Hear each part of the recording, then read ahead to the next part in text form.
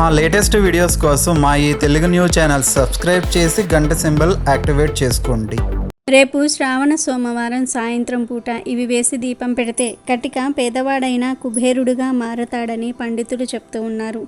శ్రావణ మాసంలో ఉదయం సాయంత్రం దీపం పెట్టడం వల్ల లక్ష్మీదేవి అనుగ్రహం కలుగుతుంది అని పండితులు చెప్తూ ఉన్నారు. అయితే రేపు శ్రావణ సోమవారం సాయంత్రం ఇవి వేసి దీపం పెడితే మీ ఇంట్లో సకల శుభాలు చేకూరతాయి అని, మీ ఇల్లు సిరుల వర్షంతో నిండిపోతుంది. దీపం లేని ఇల్లు ప్రాణం లేని శరీరం వంటిదే. మామూలుగా ప్రమిద అనేది మట్టితో చేసినదై ఉంటుంది. మన శరీరం పంచభూతాలతో తయారైంది. దీపపు ప్రమిద శరీరానికి ప్రతీక. దానిలోని నూనె లేక నెయ్యి మనలోని ప్రేమ వంటిది. ప్రేమ స్నేహితుల మధ్య ఉంటే అది స్నేహం. అదే తోటి సోదరుల యందు ఉంటే అది ఆదరం. అదే పెద్దల యందు ఉంటే గౌరవం. అది భగవంతుని యందు ఉంటే దాన్ని భక్తి అంటారు. భూమి, జలము మరియు తేజస్సు, ఈ మూడు ద్రవ్యాలను వాడి భగవంతుడు విశ్వరచన చేశాడు. ఇక్కడ మనం ఈ మూడు ద్రవ్యాలు దీపంలో చూడవచ్చు. భూమికి సూచికగా ప్రమిద, జలానికి సూచికగా నెయ్యి మరియు తేజస్సుకు సూచికగా జ్యోతి. ఈ మూడిటిని భగవన్మయం చేయగలగాలి. కేవలం బయటికి కనిపించే వస్తువులే కాదు, భగవంతుడు ఇచ్చినవి మనలో ఎన్నో ఉన్నాయి. మన మనసుని పాత్రను చేసి మన ప్రేమనే నెయ్యిగా పోసి మనం భగవంతుని కొరకు చేసే చింతనలే వత్తులు. ఆపై మన జ్ఞానమే జ్యోతి అని భావించాలి. అంటే లోపల బయట కనిపించని వస్తువులన్నీ పరమాత్మమయం చేయటమే దీపం పెట్టే ఆంతర్యం. దీపం తేజస్తత్వానికి ప్రతీక. రోజు 2 సార్లు ఉదయము సూర్యోదయానికి ముందు సంధ్యాకాలంలో, సాయంత్రం సూర్యాస్తమయం సంధ్యాకాలంలో తప్పకుండా దీపారాధన చేయాలి. దీప ప్రజ్వలన అనకుండా దీపారాధన అనటంలోనే ఒక ప్రత్యేకత ఉంది. దీపాన్ని వెలిగించండి అని చెప్పలేదు, దీపాన్ని పూజించండి అన్నారు పెద్దలు. ఎందుకంటే దీపం పరబ్రహ్మ స్వరూపం, ఆత్మస్వరూపం. మనలోనూ నిత్యం ఆత్మజ్యోతి ఒకటి వెలుగుతూ ఉంటుంది కనుకనే మనం జీవించి ఉన్నాం. దీపంలోనే దేవతలందరూ ఉంటారు. దీపం వెలిగించిన మరుక్షణమే ఆ ప్రాంతమంతా దేవీ శక్తులతో నిండిపోతుంది. దీపం పెడితే చాలు దేవతలు వస్తారు. అయితే ఈ శ్రావణ మాసంలో వచ్చే సోమవారాలు ప్రత్యేకంగా దీపం వెలిగిస్తే మీకు ఉన్న దరిద్రమంతా కూడా పోయి కుబేరులుగా మారుతారని పండితులు చెప్తూ ఉన్నారు. కుటుంబ సమస్యలు, ఆరోగ్య సమస్యలు, ఆర్థిక సమస్యలు, ఇలా మీకు ఏ రకమైన సమస్య ఉన్నా శ్రావణ సోమవారం ఇవి వేసి దీపం పెట్టండి. ఇవి వేసి దీపం వెలిగించటం వల్ల మీ జీవితం, మీ కుటుంబం సభ్యుల జీవితం అద్భుతంగా మారుతుంది. మరి శ్రావణ సోమవారం ఏం వేసి దీపం వెలిగించాలో ఈ వీడియోలో తెలుసుకుందాం. అంతకన్నా ముందు శివుడి జడల నుండి పుట్టిన ఒక శక్తి కథను విందాం. ఫ్రెండ్స్, ముందైతే మా వీడియోకి ఒక లైక్ కొట్టి మా ఛానల్ని సబ్స్క్రైబ్ చేసుకుని మాకు సపోర్ట్ చేయండి. ఒకరోజు శివుడు ఆనందంతో తన జడను విప్పి నాట్యం చేయసాగాడు. అలా నాట్యం చేస్తున్నప్పుడు శివ అనే స్త్రీ రుద్రుడి జడల నుండి పుట్టింది. శివ అనే స్త్రీ తపస్సు చేయడానికి నీలగిరి పర్వతాల మీదకు వెళ్ళింది. ఆ శక్తి చిరకాలం తపస్సు చేసి తన తపోశక్తి ద్వారా లోకాలన్నిటినీ కూడా మింగివేస్తానని శపథం పెట్టింది. ఇలా సంకల్పించిన ఆ శివ పంచాంగుల మధ్య నిలబడి కఠోరంగా తపస్సు చేయటం ప్రారంభించింది. ఈమె ఇలా తపస్సు చేస్తున్న సమయంలో రురువు అనే ఒక అసురుడు దేవతలపై దాడి చేశాడు. రురుడు బ్రహ్మదేవుడి వల్ల ఎన్నో వరాలు పొందాడు. మహా తేజస్వి, బలవంతుడైన ఆ రురువు సర్వదేవ భయంకరుడు. కోట్లాది మంది దేవతల చేత సేవించబడుతూ విరజిల్లుతున్నాడు. ఒకనాడు రురువు తన సైన్యాన్నంతా కూడా తీసుకుని స్వర్గలోకం మీదకు దండయాత్రకు బయలుదేరాడు. కోట్లాది దానవ సైన్యం మూకుమ్మడిగా స్వర్గం మీదకు ఉరికింది.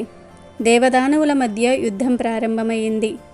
మహాబలవంతులైన అసురుల ధాటికి దేవతలు ఎదురు నిలవలేకపోయారు.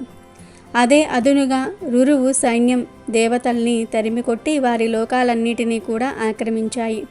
దానవుల చేతిలో పరాజితులై ప్రాణాలు అరచేతిలో పెట్టుకొని పారిపోయిన దేవతలు సరాసరి నీలగిరి పర్వతం మీదకి చేరుకున్నారు. అక్కడ దీక్షగా తపస్సు చేసుకుంటున్న శివశక్తి దేవతల్ని చూసి, సురులారా, ఎందుకు మీరిలా భయంతో వణుకుతూ ఉన్నారు? ఎందుకిలా పారిపోతున్నారు అని ప్రశ్నించింది. అప్పుడు దేవతలంతా, అమ్మా శాంభవి, భీమా పరాక్రముడైన రురువు మమ్మల్నందరినీ కూడా ఈ స్థితికి తీసుకువచ్చాడు. వాడి ధాటికి తట్టుకోలేక మేమిలా పరుగులెడుతూ వచ్చాము అని తల్లి నీవే మమ్మల్ని కాపాడాలి అని శరణు వేడుకున్నారు. దేవతల దీనాలాపాలు వినగానే ఆ శాంకరి ఒక్కసారిగా పెద్దగా నవ్వింది. అలా ఆ దేవి నవ్వుతూ ఉండగా ఆమె నోటి నుంచి ఎందరో అందమైన స్త్రీలు పుంఖానుపుంఖాలుగా ఆవిర్భవించారు.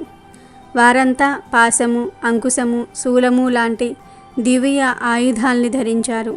వారంతా జయ జయ ధ్వానాలు చేస్తూ అట్టహాసాలు చేస్తూ కొందరు తెల్లని చీరలతో, మరికొందరు వివిధ రకాల రూపాలతో దేవి యందు నిల్చున్నారు.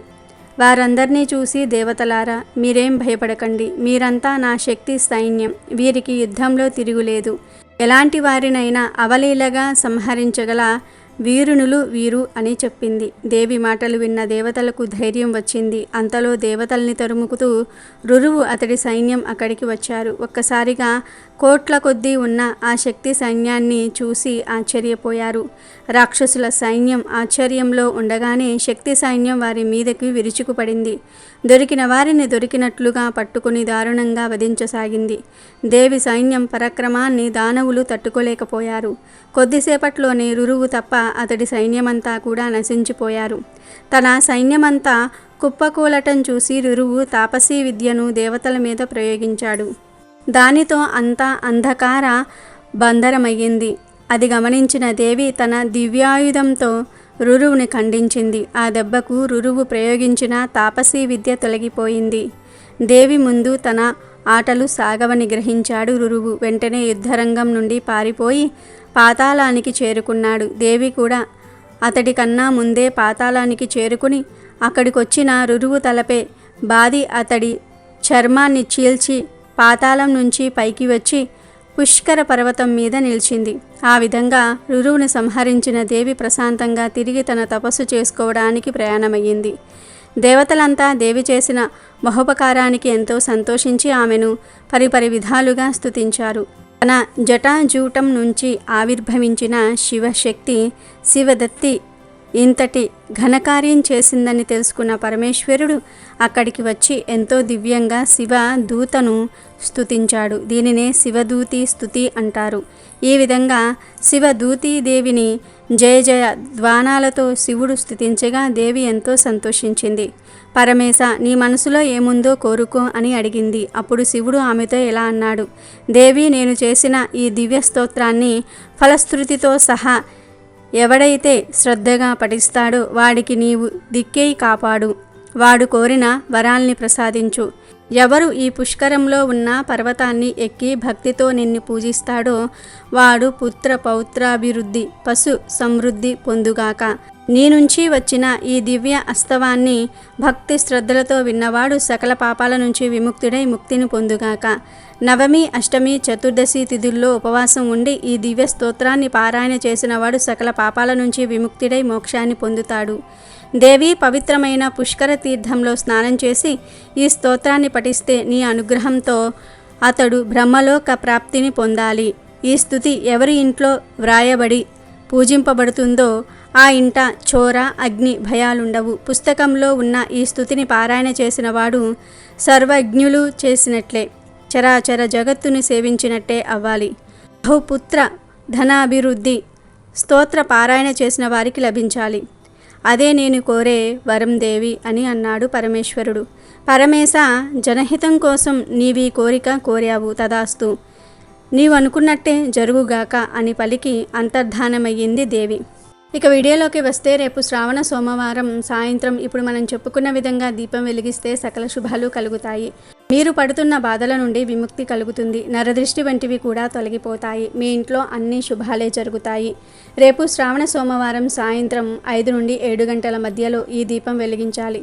ముందుగా ఇంటిని శుభ్రం చేసుకోవాలి. తర్వాత స్నానం చేసి శివుడికి ఉదయం పూజించిన పువ్వులను తీసేసి ఇప్పుడు తెంపిన పువ్వులను పెట్టండి. అంటే సాయంత్రం పూట పూచే పువ్వులు ఉంటాయి కదా, ఆ పువ్వులను పెట్టండి.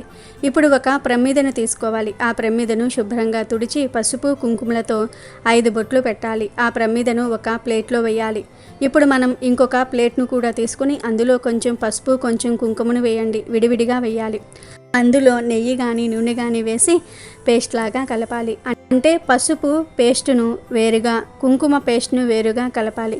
ఆ తర్వాత 2 వత్తులను తీసుకోవాలి. అంటే 4 వత్తులను తీసుకొని 2 వత్తులుగా చేయాలి. ఒక వత్తిని కుంకుమ పేస్ట్లో వేయండి, ఒక వత్తిని పసుపు పేస్ట్లో వేయండి. మీరు కుంకుమ మరియు పసుపు పేస్ట్ను తయారు చేసేటప్పుడు అందులో నీటిని పోయకూడదు.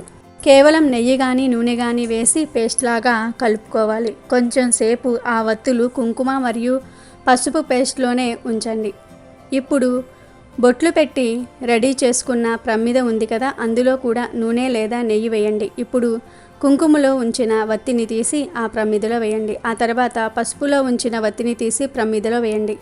ఈ వత్తులకు ఇంకొంచెం నూనె అద్దండి. ఆ ప్రమిదను పేస్టుతో సహా తీసుకొని వెళ్ళి శివుని పటం ముందు ఉంచండి. ఇప్పుడు ఒక అగరబత్తిని తీసుకొని వెలిగించిన ప్రమిదలో వేసిన కుంకుమ మరియు పసుపు వత్తులను వెలిగించాలి. దీపం వెలిగించాక మీ మనసులో ఉన్న కోరికను చెప్పుకోండి. కుటుంబం కోసం లేదా మంచి ఉద్యోగం కోసం, వ్యాపార వృద్ధి కోసం ఈ దీపం వెలిగిస్తూ ఉన్నామని చెప్పుకొని నమస్కారం చేసుకోవాలి. ఆ తర్వాత ఏదైనా పండును కానీ తీపి పదార్థాన్ని కానీ నైవేద్యంగా పెట్టి ధూపం చూపించి హారతి ఇవ్వండి. ఈ విధంగా శ్రావణ సోమవారం దీపం పెడితే మీ ఇంట్లో అన్ని శుభాలే జరుగుతాయి. మీకు ఉన్న పేదరికం అంతా కూడా తొలగిపోతుంది. ఈ శ్రావణ మాసంలో వచ్చే సోమవారాలు ఈ విధంగా దీపం వెలిగిస్తే మీ ఆర్థిక సమస్యలు కూడా తొలగిపోతాయి. కుంకుమ మరియు పసుపు వత్తులతో దీపం వెలిగిస్తే ఇంటిలో జరిగే గొడవలు తగ్గిపోతాయి. మీ కుటుంబం ఆయురారోగ్యాలతో అష్టైశ్వర్యాలతో ఉంటుంది. లక్ష్మీదేవి అనుగ్రహం కూడా కలుగుతుంది. పసుపుతో ఉంచిన వత్తులతో దీపారాధన చేయటం వల్ల ఆరోగ్య సమస్యల నుండి బయటపడగలుగుతారు. మానసిక ప్రశాంతత లభిస్తుంది. కుంకుమ వత్తులతో దీపారాధన చేయటం వల్ల ఇంట్లో ఉన్న నెగిటివ్ ఎనర్జీ అంతా కూడా బయటకు వెళ్ళిపోతుంది. వైవాహిక జీవితంలో ఉన్న సమస్యలు కూడా తొలగిపోతాయి. ఒకవేళ మీపై కానీ మీ ఇంటిపై కానీ తాంత్రిక పూజలు చేసినా ఫలించవు. పసుపు కుంకుమ వత్తులను వేసి దీపం వెలిగిస్తే మీరు అన్ని సమస్యల నుండి బయటపడగలుగుతారు. మరి శ్రావణ సోమవారాలు సాయంత్రం 5 నుండి 7 గంటల మధ్యలో వీటిని వేసి దీపం వెలిగించి సకల శుభాలను పొంది ఆనందంగా జీవించండి. అమెజాన్లో బెస్ట్ డిస్కౌంట్స్ కోసం వీడియో డిస్క్రిప్షన్లో లింకు ఉంది, చూడండి. అలాగే మా టెలిగ్రామ్ ఛానల్ సబ్స్క్రైబ్ చేసుకోండి.